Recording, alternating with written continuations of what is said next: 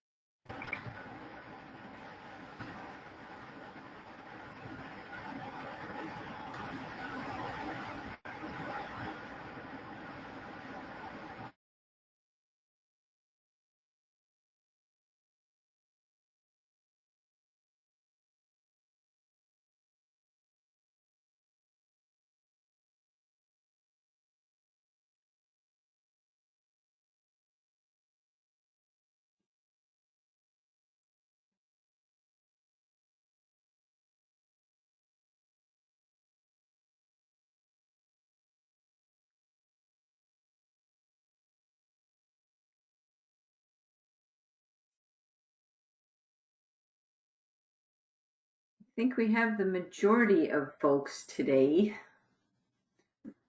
So Susan or Dr. Kelly, would you like to start us off for today? Yes, I'll get us started. Are we recording, Linda? Yes, we are recording. Thank you. Great. Okay, good evening, everyone. Welcome to the Revere High School Building Committee meeting number 19. Today is Thursday, September 23rd, 2021, and the time is 5:34 p.m. Linda, would you like to take the roll call? Sure thing. I'm going to start off with Mike Picardi. Present. Mayor Arrigo. Absent. Stacy Bronson Rizzo. Stacy's not going to be able to make it tonight. Okay, thank you. Susan Guarvalisi. Here. Dr. Kelly. Here. Carl Svensson. Here. John Perella. Here. Jennifer Hayes. Here. Rich Biscay. Here. Don Ciaramella. Here. I got an email that Nick Rystrom is not going to be here today, so I'm going to note him as absent. Jerry Visconti. Don't see him, so I'm going to note him as absent. And Patrick Keefe. Here. And for the record, Patrick, I noticed your chat that you'll be leaving early, so thank you. Just wanted to give you a heads up. Thank you. Appreciate it. Thank you very much. In addition, we have the Perkins Eastman team and the left field team, and just wanted to note that we have quite a few additional names of people that I don't personally know. So I'm just going to go ahead and get the information up front. So we have a Lisa, I'm probably butchering your last name, at Mikiola. Close, Machula. Michelle, thank you. And would you mind stating who you are and where you're from? I am Lisa Machula. I live at 50 East Mountain Ave. Perfect. And we have a, actually showing up twice, Vino Kaikiri. Sorry.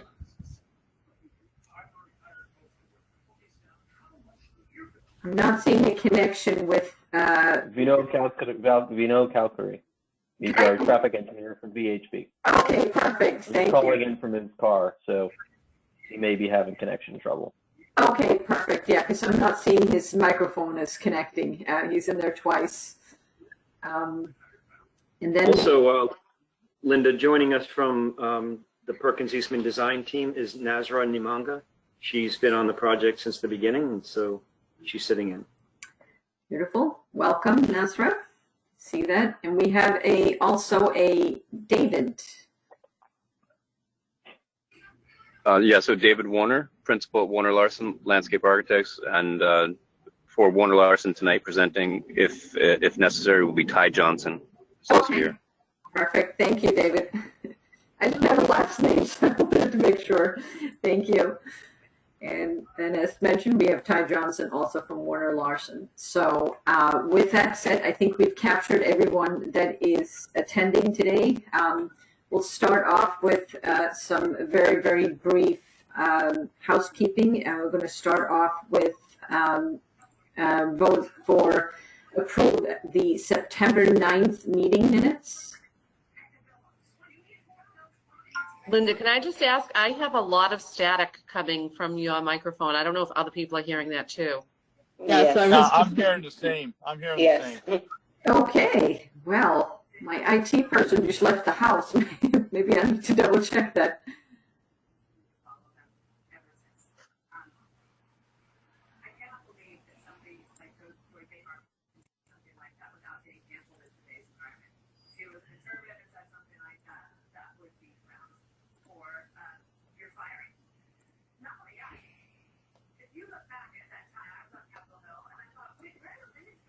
Is this any better? No, it's same. It's the same.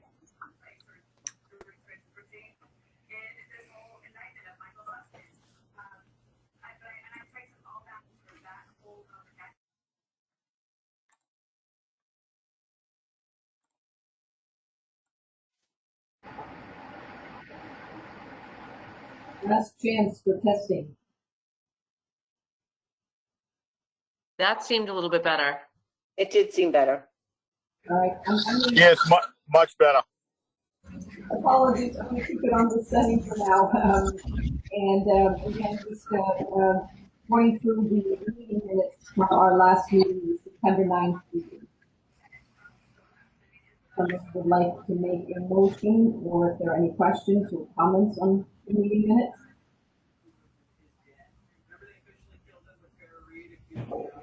No questions. Diane, would you like to make the motion? Sure, I'll make the motion that we approve the minutes from the last meeting. And I'll second that motion. Thank you. And I will do a roll call for I'll second it. of meeting minutes from September 9th, Mike Picardi Yes. and Susan Ravelisi. Yes. Dr. Kelly, Yes. Benson, Yes. John Corella, Yes. Jennifer Hayes, Yes. Rich Escape, Yes. John Ciaramella, Yes. and Patrick Keefe. Yes. Next on the agenda for housekeeping efforts is a vote to move forward with Perkins Eastman's invoice for design services for the month of August. That did not make our last vote at the September 9th meeting. And I can share my screen so that everybody can see it.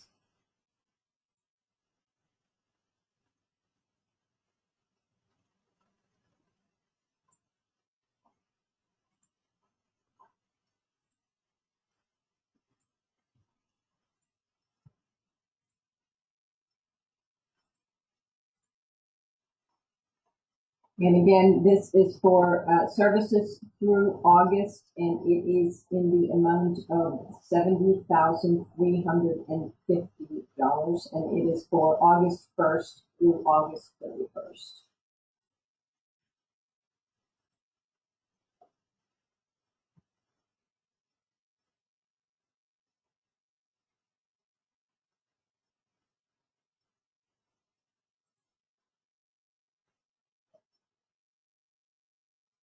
So again, just looking for a motion to proceed with running this through the school committee. Motion to approve. Thank you, Patrick. Second. Okay, second. Thank you. And we'll do another roll call for the approval of the invoice for Perkins Eastman August services. Mike Picardi Yes. and Susan Revolution, Yes. Dr. Kelly,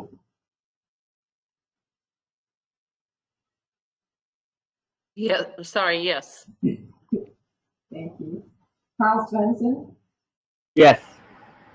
John Corella, Yes. Jennifer Hayes, Yes. Rich Biscay, Yes. John Ciaramella, Yes. and Patrick Keefe. Yes. Thank you very much. I believe that is the last of the housekeeping items. So with that, I'm going to give the reins over to John with Perkins Eastman. And John, you're free to take over for much more interesting things. Thank you, Linda. Good evening, everyone. We've been through all of this. So we'll move right on to project options update. I think what we'll do tonight is it's really mostly a reminder of the options. We have a couple things that we've studied, including traffic feedback and putting that into just some minor tweaks to some of the site plans based on Dan introduced Node, our traffic engineer. Maybe he's able to speak now and has a microphone, but he took a look at all of our options and gave us feedback. So it's basically the same 6 options. A few of them are updated. The ones on the existing site have all been updated, and Wonderland site has been updated, and that's based on the traffic feedback. The 2 at the Housing Authority remain as you saw last week. So just a quick overview and then a reminder, this is the same chart you saw 2 weeks ago. So with that, I will briefly intro. I'm going to turn it over to Ty and Vinod to kind of back and forth or give a site update on the minor changes that have occurred based on Vinod's feedback, and then we'll move through each one and tell you what we've been up to. So this is option 1C.A. This is the version that builds all new 4-story on the Aracola Park. Keeps the existing high school intact until that construction is complete, and then replaces and replicates the Article 97 fields, gets 5 tennis courts, and looks for underground parking under the classroom wings in particular, potentially a little bit more. We'll hear more from Dan on that in a little bit. But Ty, do you want to give any updates on the circulation, parking, access, etc.? Sure. There's really minimal updates on the graphic. And so the traffic engineer, Vinod, who's on this call, gave us some feedback, mainly related to intersections, related to bus queue and directional of traffic movement. But generally speaking, the drawing itself is unchanged, except for how we may address underground parking and access to underground parking, which is a ramp. We discussed access from the highway being less than ideal if that's the only way to get to it, and that maybe there is a way of going from the west side of the site to get over to the ramp that goes down under. We also discussed True Street and whether that should be a one-way egress point only. And in this option, School Street, the main entrance at School Street, which we're showing on the far west, would likely need some kind of upgrades or studies, whether it's traffic lights, crossings, larger turning radius and so forth, because that's really still the main in and out of this property. We did discuss the bus drop-off is a little short, and that buses may need to extend onto Cary Avenue if there are more than 5 coming at a time. However, our understanding right now is that they don't necessarily all come at the same time or all leave at the same time. But we do acknowledge that that is a shortcoming, that you can only fit about 4 or 5 buses queued up at one time without extending onto Cary. I think that's covers the comments on this option. Great.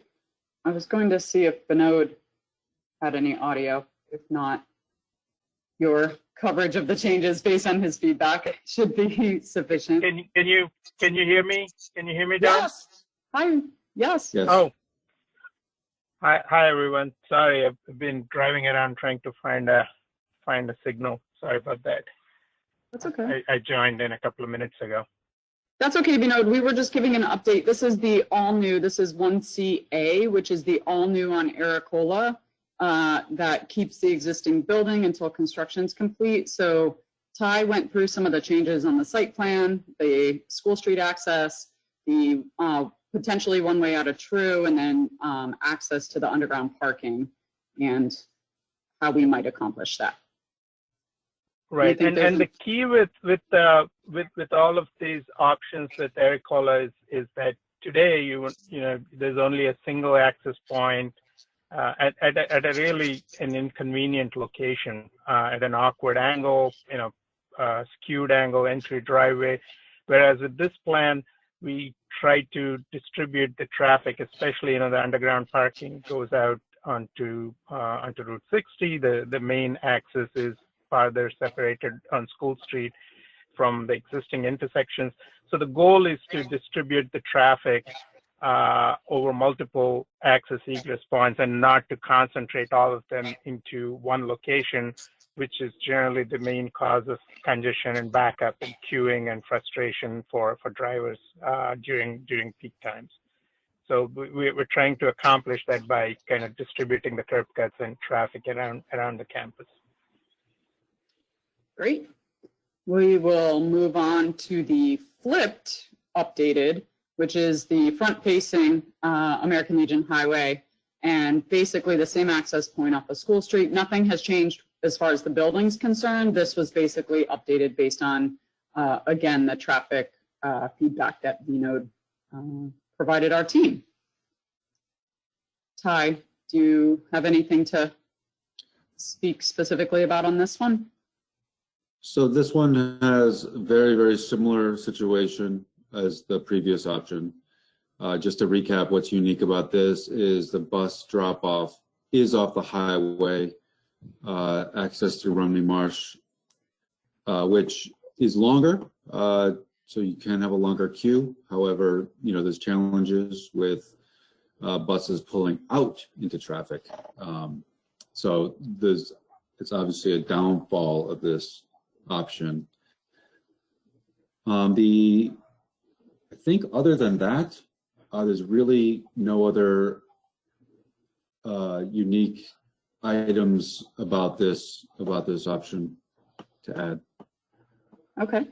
Vinod, was there anything specific? I know you spoke generally about this site and distribution of cars. Yeah, no, as Ty noted, you know, essentially compared to the previous concept, in this concept, we are flipping the bus operations and the garage access.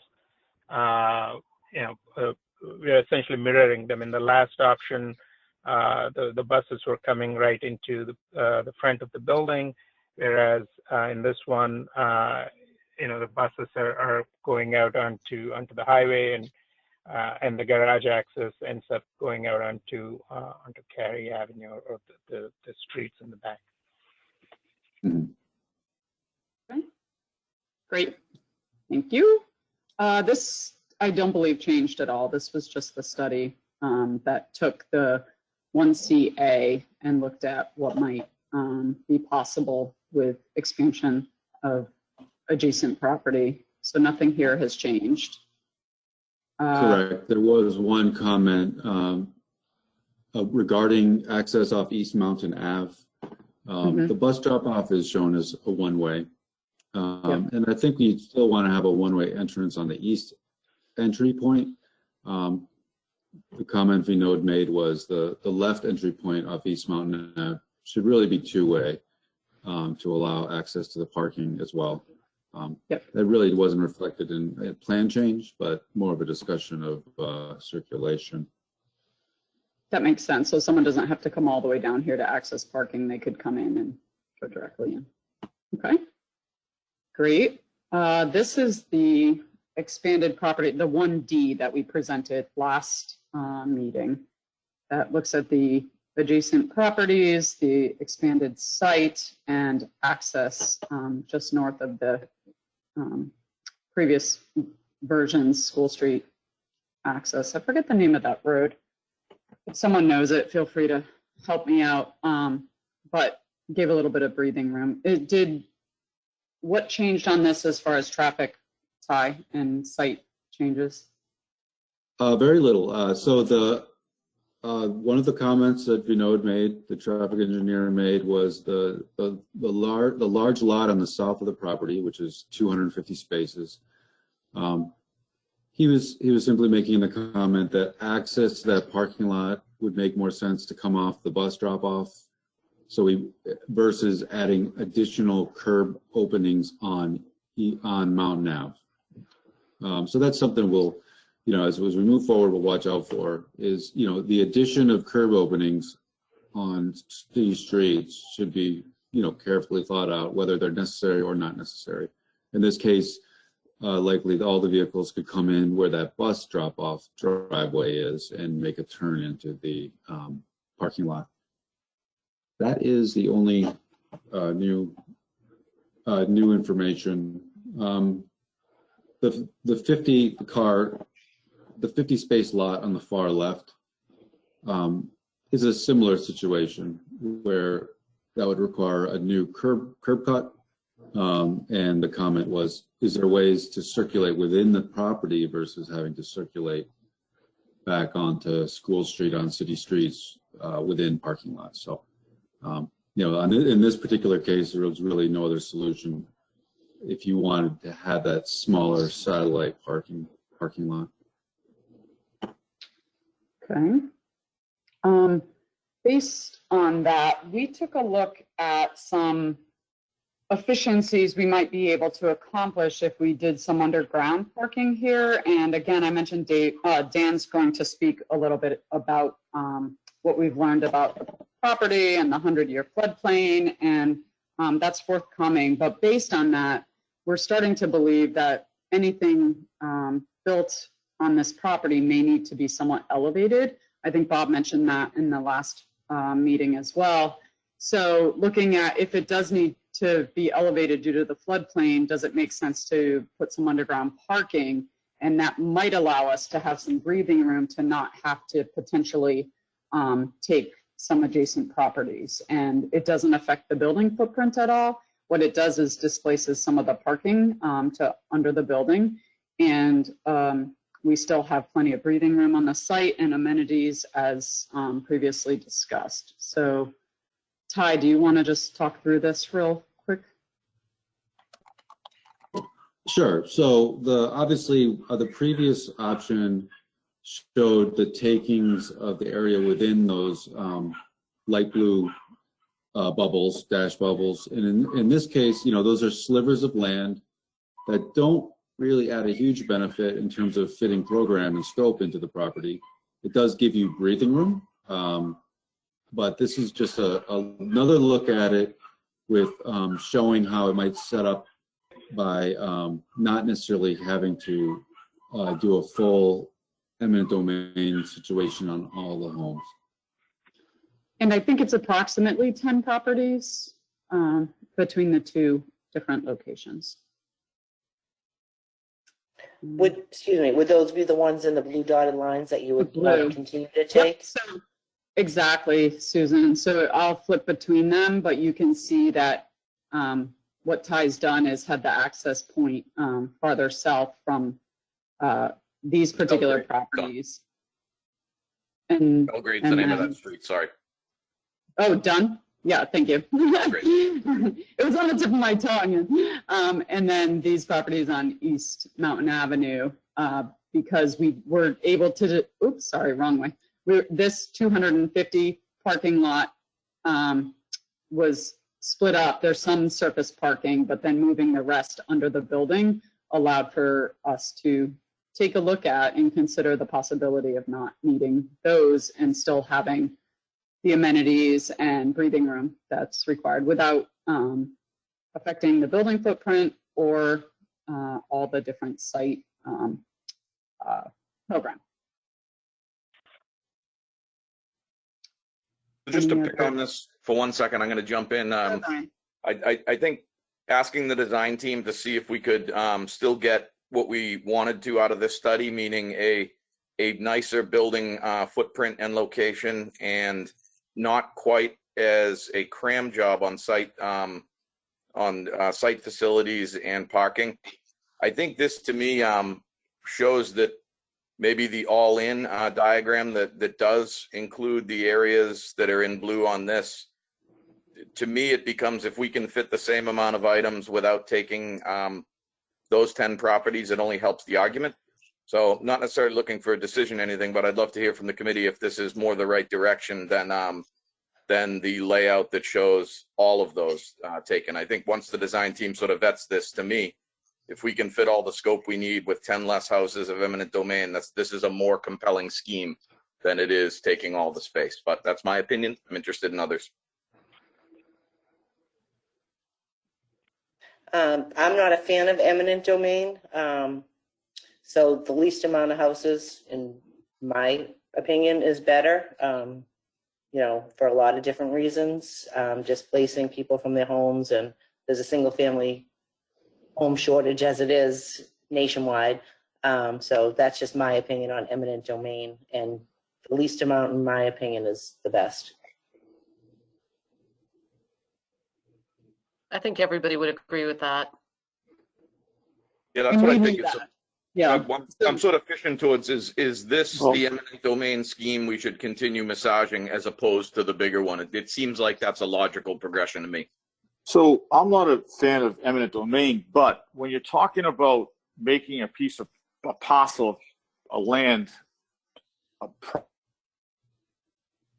easy to work with. I kind of am. So it's like, I don't want to take somebody's house. I don't want to take somebody's home, but I also don't want to live within the constraints of a tighter building envelope as far as the parcel and taking out, and making smoother angles and, eliminating these very sharp angles. So, but I'm not a fan of taking the homes, but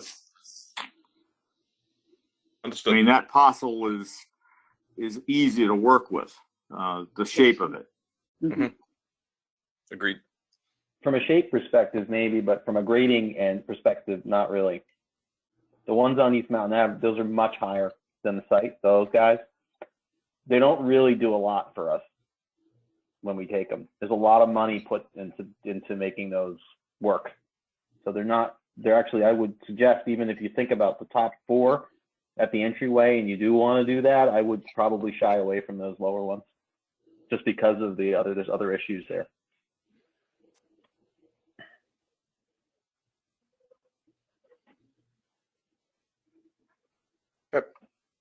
Any other feedback before we move on to Wonderland? I don't want to. Do you have any sense of the cost implications between not doing takings but then adding structured parking? That's definitely something we don't have quantified yet, Joe, but we will. And I mean, any sense that it's a wash, or that structured parking is going to be very expensive? It's probably close to a wash, but it really would depend on how much we're talking, how deep we're going, and also how we're establishing the eminent domain value, understanding that can vary. So I'll at least break up what are those properties and those cyan shapes here that we wouldn't be taking. What are they worth compared to structured parking under the building? That's certainly a little specific study we can work on. I tend to think it's going to be relatively close to a wash. I think it might tip towards it being better to do the parking under the building, only because when we get to the slide where we start talking about the resiliency and you start to understand how the site pitches and what we need to do to it, you'll see that the fill that we need to do under the building, the structured parking is going to reduce the amount of dirt we got to bring in. Yep, that's a great key, Dan. I'm glad you looked at the cut fill stuff. With that in mind, Joe, it's probably like a worst case scenario, a wash. It's possible that the structured parking is less money than the eminent domain, but we'll work those numbers for the group and send them around. Okay, thanks.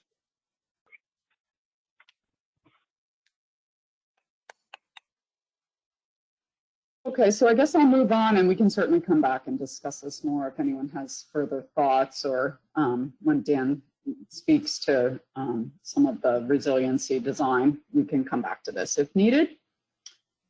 Moving along to Wonderland, there was quite a bit of feedback here from Vinod to our team. The building footprint is essentially the same. We've shifted the actual footprint a tiny bit north to allow for some direct access on site between parking. Ty, I'll let you speak to it. You're more elegant with the site program and amenities, but there are a handful of changes here that Ty can speak to. Sure, I'll give it a shot. So Vinod made a very key point, is that having the traffic on the property versus having to go off property and interface with the large rotary would be a mistake. So making that connection between the 450 and the 120 on the left was a critical comment. He also made a good comment about addressing the entry queue and integrating a roundabout to address the complicated nature of entering a car drop-off, a bus drop-off, and a parking lot at the same time. So that's a clean way of dealing with that.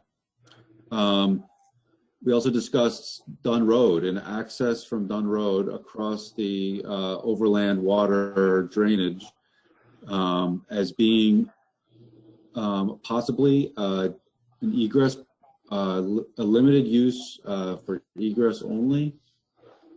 It's just in early discussions on that, but it would be a great way to alleviate traffic going onto the main highways on the south and east. And then the final comment was, this is more of a discussion we've been having about allowing cars during high volume times at drop off and pickup to loop around the back of the building where the dashed blue line is. We stopped short of actually drawing that as a road, but it was discussed as a possibility. It could be a one-way. Again, it's really going in the spirit of keeping vehicles on the property and not having to go back out onto the highways. So that could either be addressed with the short connection we're seeing at the front, or a longer connection around the back. Vinod, was there anything on Wonderland you wanted to speak to?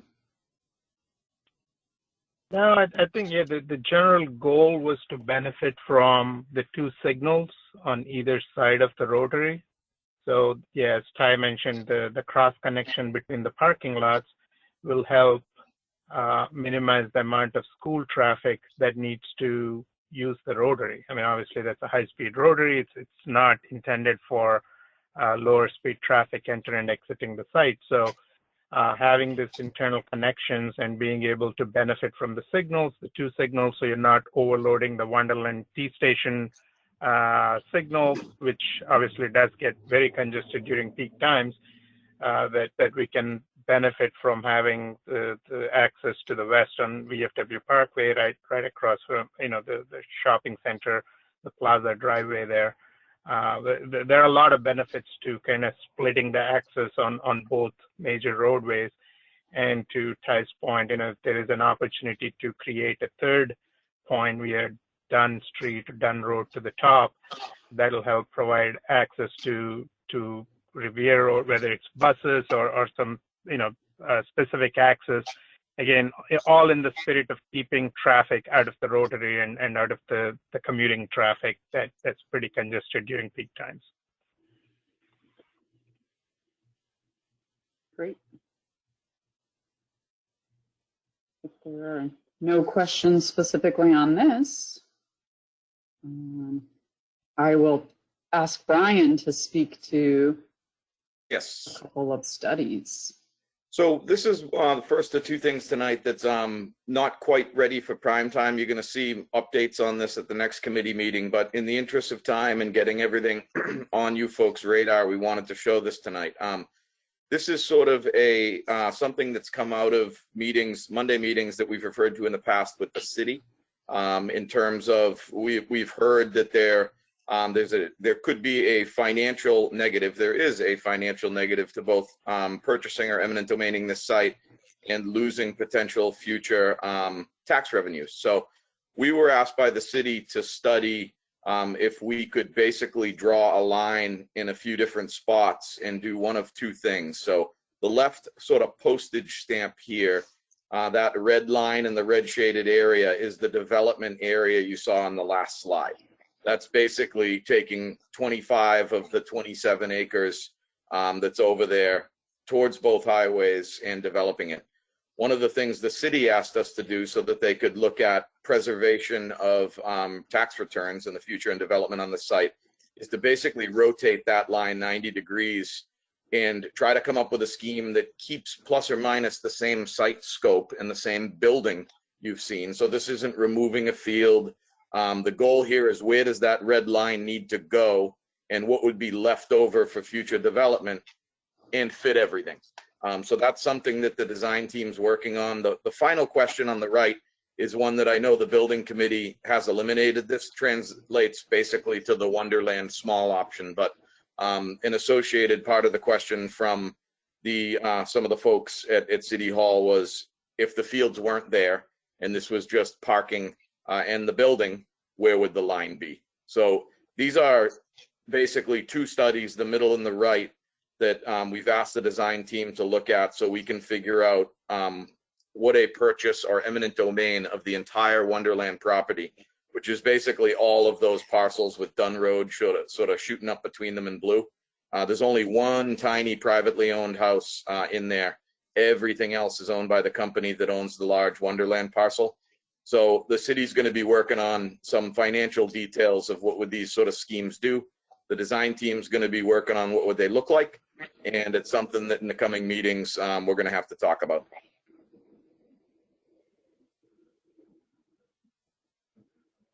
Great, Ryan. I was just giving a moment or two in case there were any questions. Again, we can come back to this.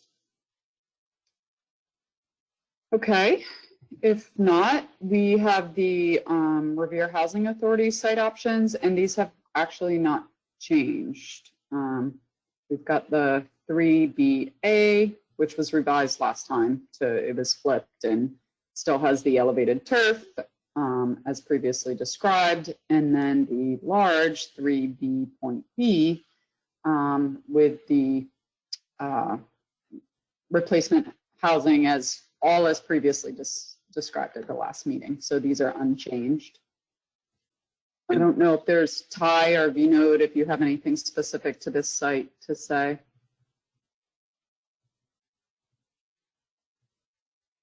If not, I think okay. There were a few comments that there were a few comments Vinod made that weren't necessarily requiring a redraw of this drawing. One is the bus drop off is a little on the short side, the bus queue, and we also discussed having bus queue directly as a pull off Cushman versus as a actual turn in, which is how it's drawn. You can probably see it better on the previous slide or on the other site. So basically one long curb cut so that they could pull in or out at will rather than correct behind one another. Yes. Yep. And that the added advantage is that buses can come and go at any, they don't have to wait for the bus in front of them to move. They can just pull out and go. So that was one thing we discussed. Obviously, traffic directional movement is a big thing here with the car drop off requiring east to west movement, which would mean Constitution Ave would become essentially a one-way street. I mean, no change to the way things are drawn on here. And I think that was really it. Great. Dan. If you don't mind, could we just stay on the Housing Authority for 1 second? Sorry, Don. I just want to give a little just Housing Authority process update before we move on. Sure. So we, a few of us did meet again with the Housing Board last week. The major takeaway, there was really no motion or vote of yay or nay in terms of endorsing the relocation process, but they understand what we're looking at. What they wanted to do is aggregate questions from their board and send them over to the project team in the city. I've reached out to them in the last few days, and it sounds like the commitment is that we'll have those questions in writing by Monday. That sets up about a 2-week period, overlaps with the next building committee meeting, where the team in the city will work on responses to those questions and ultimately review them with you folks and review them at the next Housing Authority board meeting. What's been established in some of the meetings and some of the research the city is doing, the city's talked to reaching out and putting some feelers out onto some of the other communities that have done a housing relocation project, Chelsea and East Boston, having done one, not to put a school there, but they've done housing rebuilds and modernization. So there's been a lot of back and forth there, and the goal is to try to meet with some folks from the Housing Authority before the next committee meeting. They only meet monthly. So the goal is going to be to sit down with them beforehand and try to accelerate the plan. But one thing we did learn is if there is going to be housing relocation at this site, it's going to need to be a project, basically a request for proposals for development that is issued by the Housing Authority. It can't be issued by obviously this building project, but it also can't be issued by the city. It has to originate with the housing authority. So that really means to get this idea gaining momentum, we need to get the housing authority on board to the degree that they will issue a request for proposals for accelerating this partnership. That all being said, I know there are some folks that are involved with the Monday meeting who have a good deal of experience with this, who are confident that in the few months we have, if things go right, we might get some real answers on that. So it wasn't a ton of progress we made last week, but we will be getting questions in writing. Nothing was shot down, and we're trying to kickstart the process towards a public-private redevelopment of this site to support the diagram that you folks are seeing in front of you.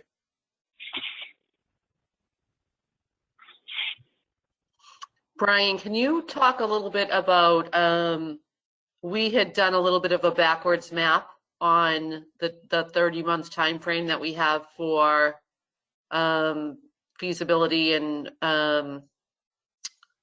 I don't know, yep. I'm brain dead. You know what I'm talking about. No, I have a graphic update that after we go through these, Dr. Kelly, I can walk you through, because one of the main takeaways from that discussion is what Dr. Kelly's referencing. There is a overall clock that we have to get this feasibility study done in, and I have a graphic schedule that we can get into in a few minutes to show all that. Okay.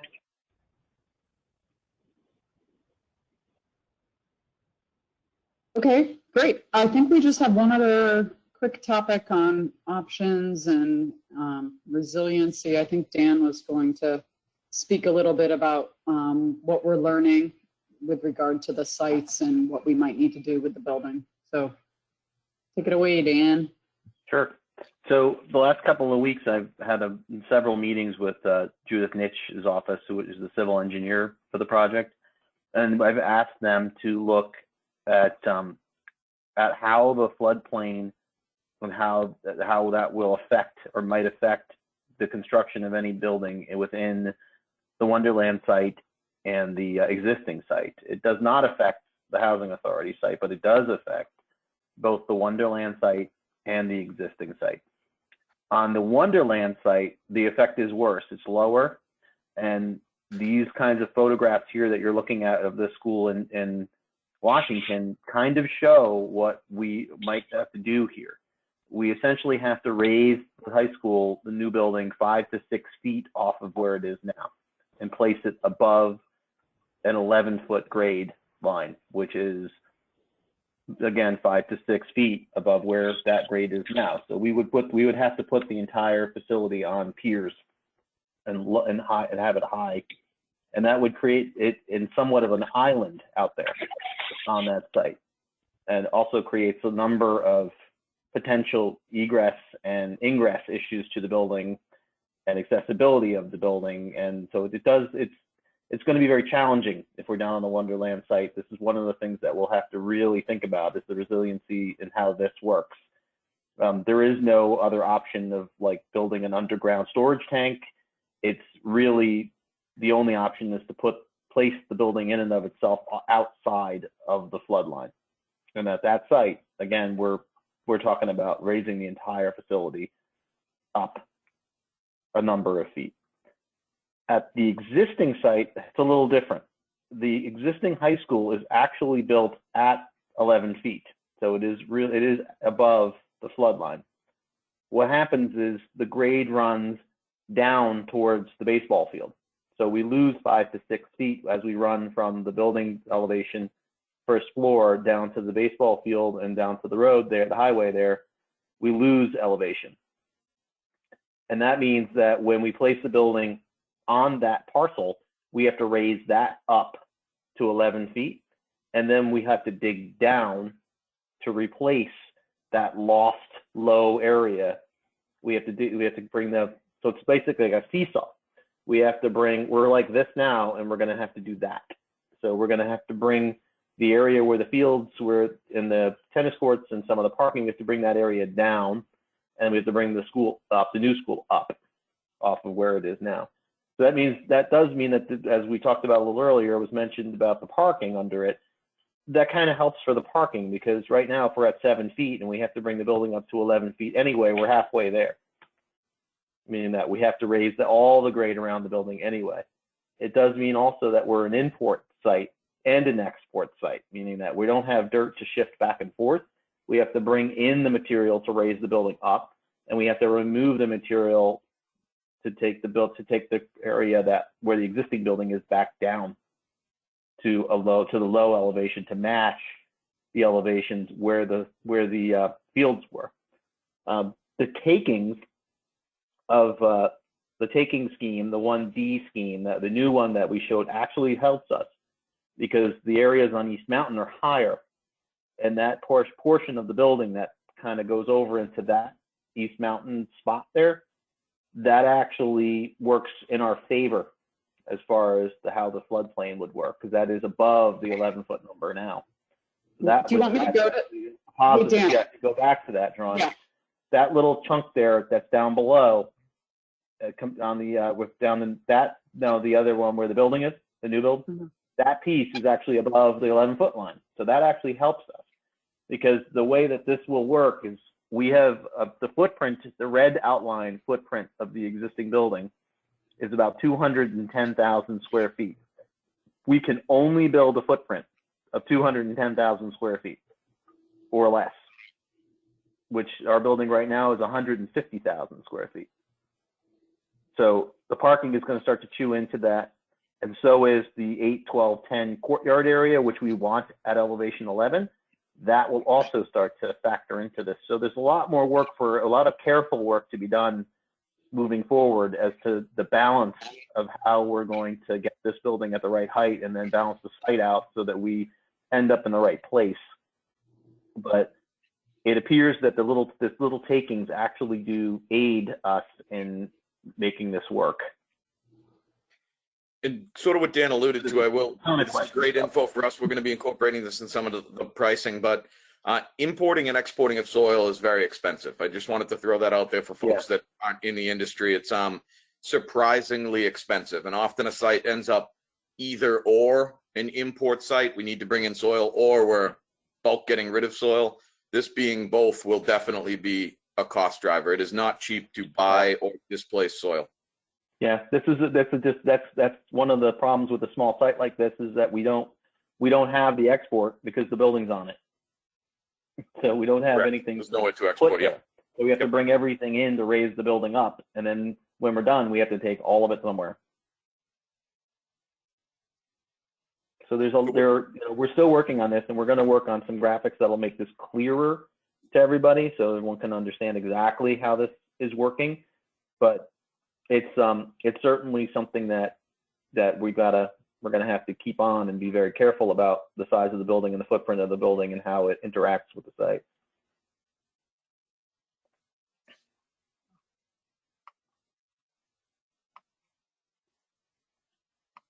So I think that was the end of what our design team prepared for this evening. So we can certainly answer any questions, field any inquiries, or turn it over to Brian for anything that's left on your end. He had some schedule slides he wanted to pop up, right? Yeah. Yeah, I have some schedule stuff if we want to jump into them and see what questions are. Linda, could you transfer screen over to me? That's okay. Let me get on the right tab here. So as a schedule update for today, I wanted to just put, this also isn't ready for prime time. I mentioned earlier, there's two things that we're showing you tonight that need a little bit more time. The first of those Wonderland site area development diagrams and schemes, and the second is the schedule. We're gonna be overlaying a bunch more info onto the schedule, and you'll start seeing it more often. Ultimately, this will also be a sort of a detailed text schedule, but we feel like these graphic ones sort of work a little bit better. So this is where we're at now on September 23rd. This blue in the background, light blue, is just the PSR, the Preferred Schematic Report phase that we're in.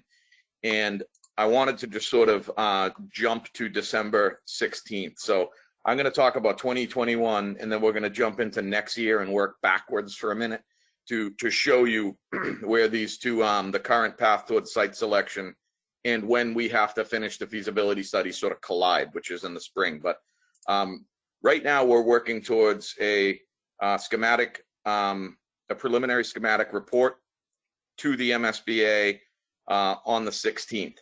That basically backtracks towards, we would like selection of the preferred option November 18th. You'll notice that there's a little time in here. There is another meeting on December 2nd, but this PSI report has a lot of narratives about the chosen option.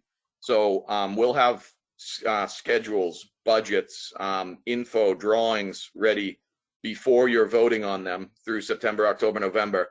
But after you pick a site, we need to, we the team, and to some degree, we'll need some help from the city and the school, need to write a bunch of narratives, fill in a bunch of blanks, and say why, summarize why the building committee came to this decision. So we need a bit of time between the selection of the project and submitting the actual report to MSBA over here on December 2nd. So we are aiming towards November 18th. We have obviously the week of Thanksgiving's not great after that, but theoretically it could slip to December 2nd. We don't want it to. It's going to be really challenging to get all those narratives done in the way, in the detail, level of detail they need to be in a week, week and a half. So working backwards from select on November 18th, that really means we have 3 more meetings with you, shown in green here. We're going to go through more scheme and schedule updates by the 7th. At or by the 21st, we'll start throwing all sorts of budget update info. And we're plugging a meeting on November 4th to sort of recap everything. We're looking at basically driving these weekly presentations and updates towards something that we can take on the road if the committee wants in these dark blue cells. We do want to have another community forum.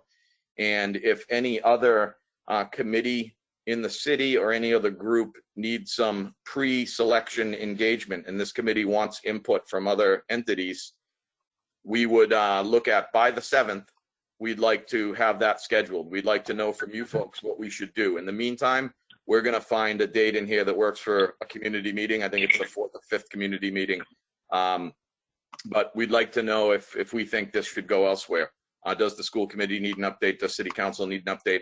I don't know. We're open to opinions. So this is basically the path in front of us. Now let's pause this for a second and jump into 2022. And one point I want to make before I do that is, in this phase, when we basically are sending in the report to for the preliminary schematic report, we would have the design team move right into schematic design. There is a 3-week turnaround of questions from the MSBA. So when we look at January, you'll see we're going to get some questions back. We have to answer those questions.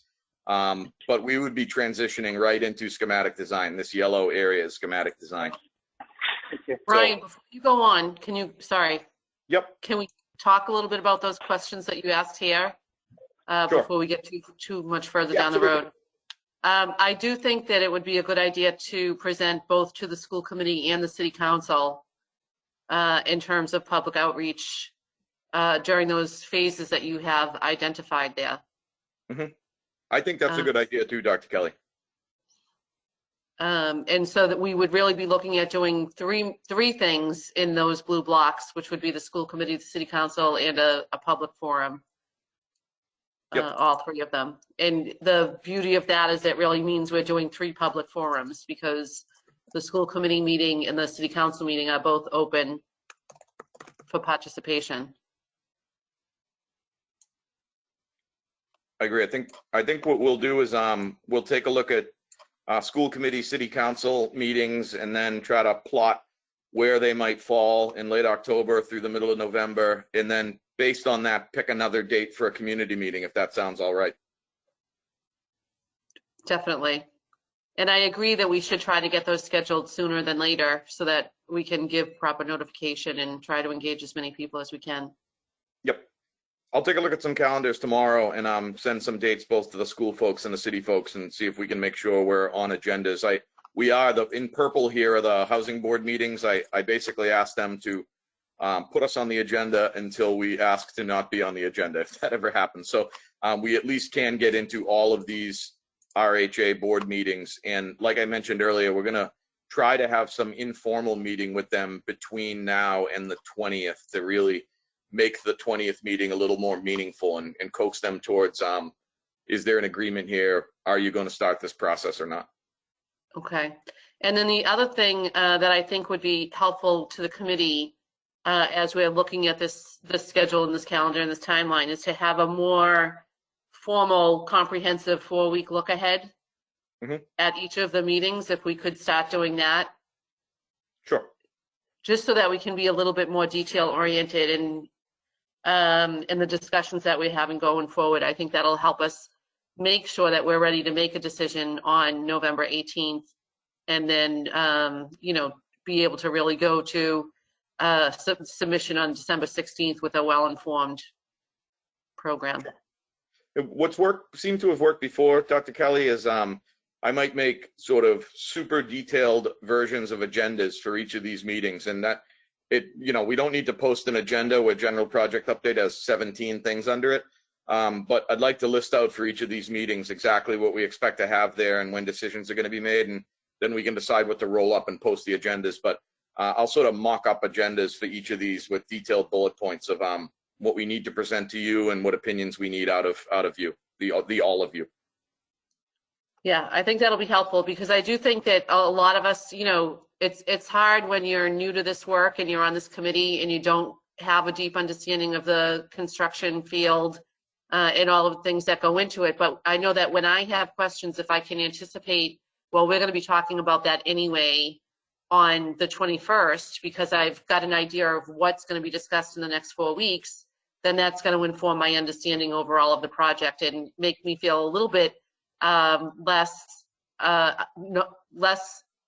unknowledgeable. I don't think that's a word, but I don't know if you get what I'm trying to say. I do. Okay. Sounds good. Want me to move on? Any other questions on just the next few months? So one of the main questions that we have heard is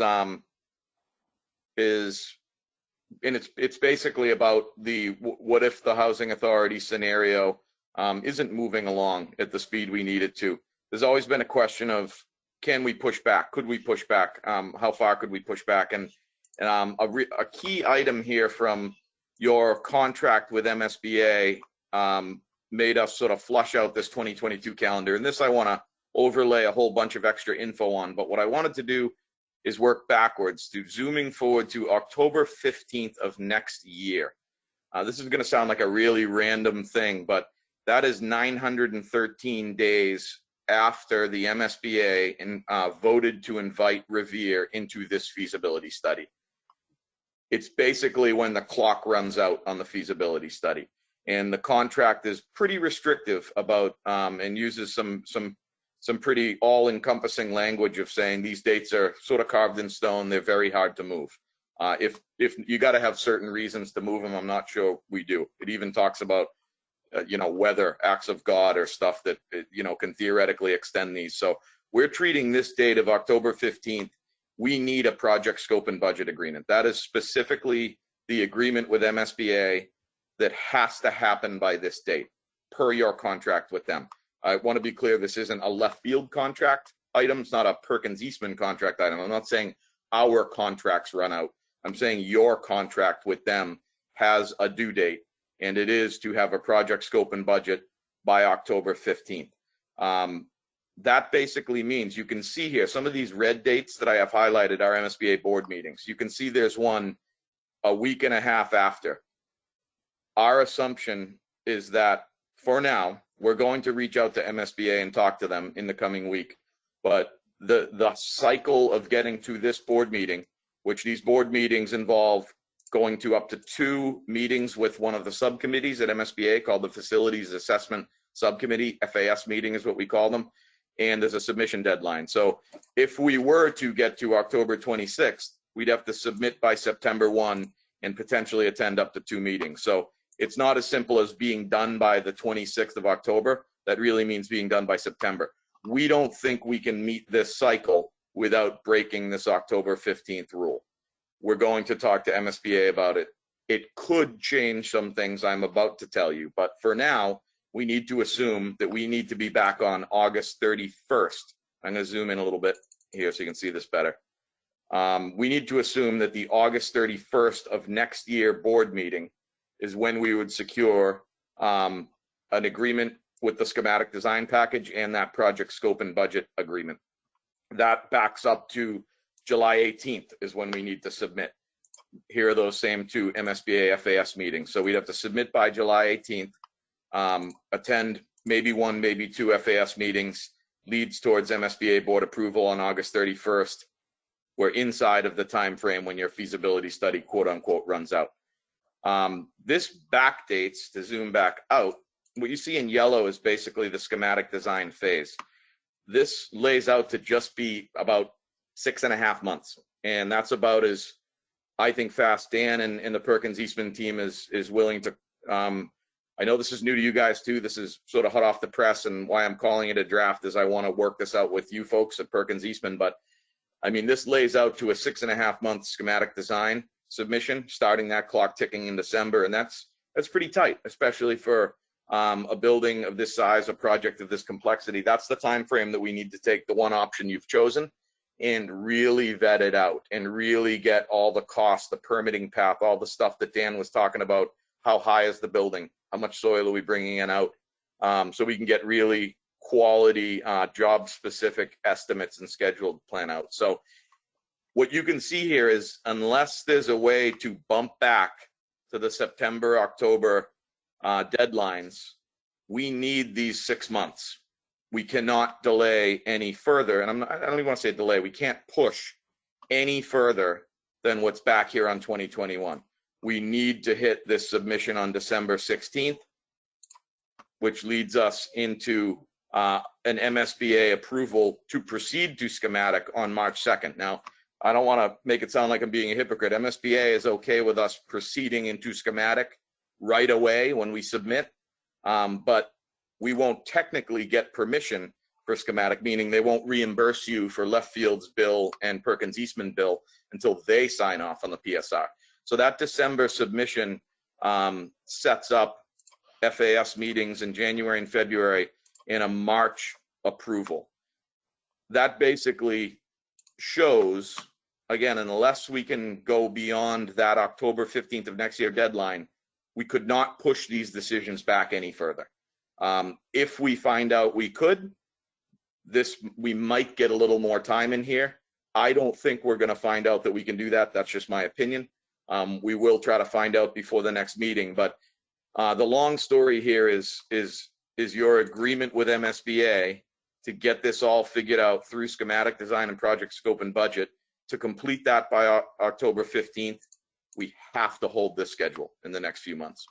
So that's the high level story. And I know there's a lot of legwork to do with the Housing Authority to get something launched and vetted here.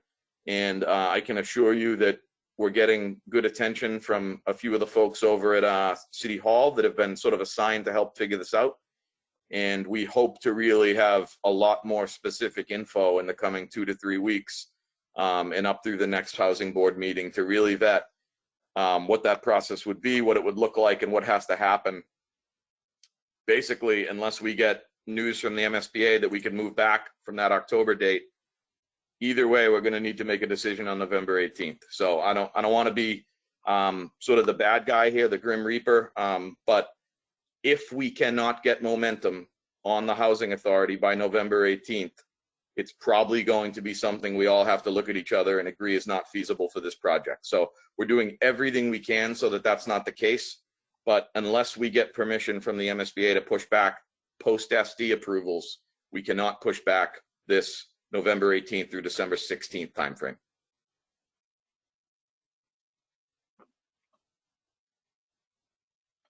So I'm going to ask from the team, any questions on that or any comments on that?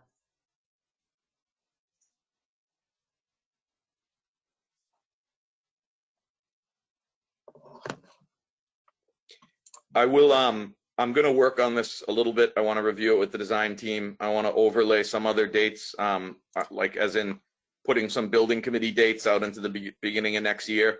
So I'm going to work on this a little bit. It'll go out before the next meeting. And it will also include verification from the MSBA if there's any way we can jump to this approval cycle for schematic design as opposed to this approval cycle back here.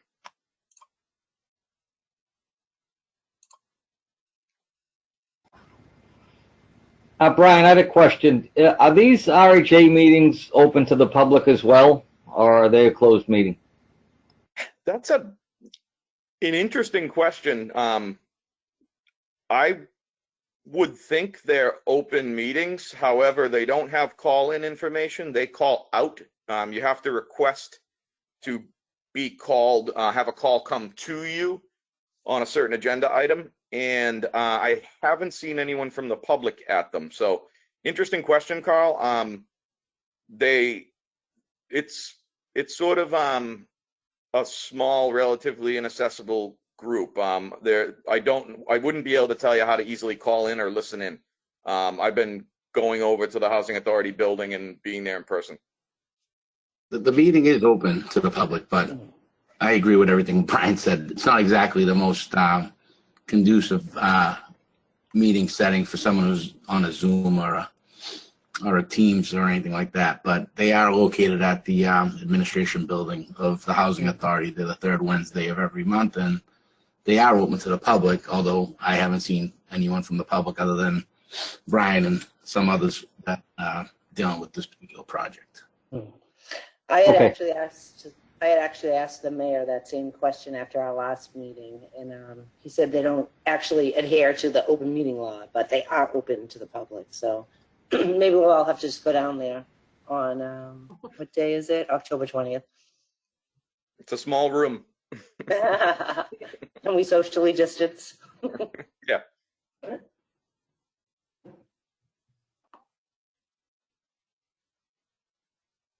I'd be happy to offer them a larger venue if they were inclined to meet with all of us.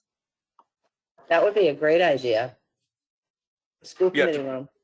To be honest, Dr. Kelly and Susan, I'm kind of hoping that by the next, if we're getting the traction that we all hope we can get before and then at the next meeting, I almost think that we need to ask them to post some other project specific meeting or two in November. To just say, just do a meeting for us. We'll have everyone there. I've set up on other jobs, co-open meetings with two committees. If we want to get their committee together with this committee, we could do that. It's sort of a, keep that in mind and let us know what you think works. But I'm going to be pushing them to try to meet with us before their next meeting. And I'm going to be trying to see if we're getting traction that we could meet in between their October and November meetings officially on the record, just to keep the ball rolling.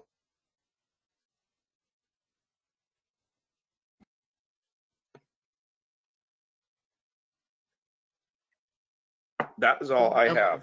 No Brian, can I ask a question? I Sure. sort of, my computer dropped me out, so this may have already been discussed, but what was the schematic design duration in the previous schedule? So I'll have to look, but I'm pretty sure we were landing, I think we were landing in July, August. I'm not sure. I'll actually, I might be able to look quickly on the Actually, computer. I just meant, you mentioned, that it sounded like you kind of squeezed the schedule, so I was wondering, rather than 6.5 months, was it a longer duration previously? I know that Dan was looking for 7, if I'm not mistaken, Dan, Okay. not to put words in your mouth, but I forget what our previous, the Take what I question, can get. yeah, I know. I think it might have been, like, we're sort of saying that we need to land for approval on August 31st. I think it likely was, we were probably at the June, at the meeting before that, which I don't have marked on this calendar, but I can try to look it up quick, Joe. Yeah, I don't no, think you're just way wanna off of the know, original if schedule. this was sort of a minor tweak, or we've cut 6 weeks off a schematic. Then my other question is, does that schedule exist in sort of an MS project format, which I find much easier to sort of digest? We do have a project schedule, Joe, and we can send it to you. I want to overlay some of this specific info into that, and I'll work with our team to do that. But yes, we can send you a actual Gantt chart schedule. Thank you. That might be helpful for us to look at like once a month. Mhm. And just kind of track where we thought we would be, where we are, because it's going to change throughout the whole project, right?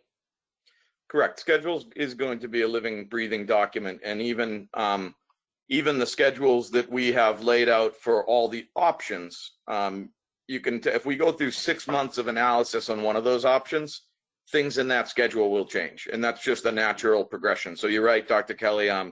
We at least monthly we'll be looking at both the feasibility study schedule, and once we have a single option, have we figured out a way to optimize certain things in the construction path of that option.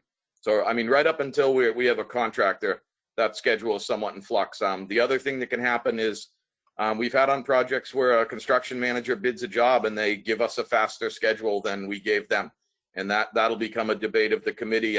Do we, if they say we can do it in 18 months as opposed to 24, and those are probably the wrong durations. I think 30 to 25 is probably more what we're talking about. But there's a chance that they better our schedule once we get to that point. So I'm just using that as a point that these schedules will continue to evolve over the next 2-3 years. Great.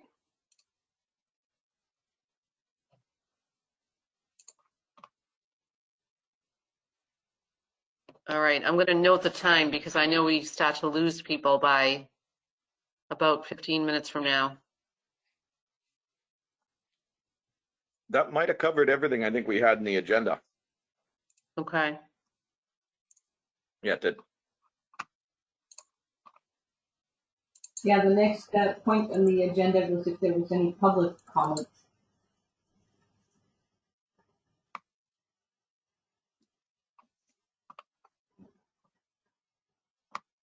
I'm not seeing any chats or any hands raised or anything, so moving on to the next item, which is new business.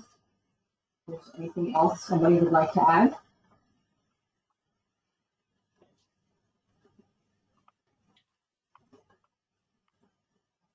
More crickets? All right. I'd say we're on to the favorite subject. Would somebody like to make the motion to adjourn the meeting?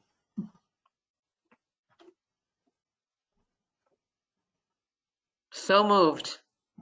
Second.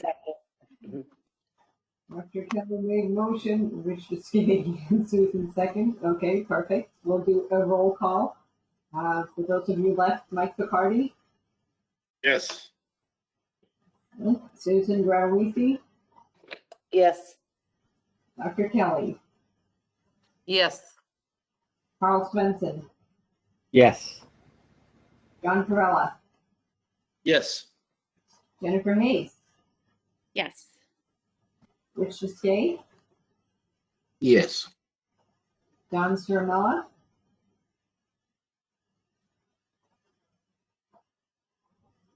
I see Don, but it doesn't look like we have his microphone connecting. And Patrick Keith has left, so we still have 1, 2, 3, 4, 5, 6, 7 motions. So I guess motion to adjourn has been accepted. Thank you, everybody. All right. Thank you. Thanks, everybody. Great work. Have a good one.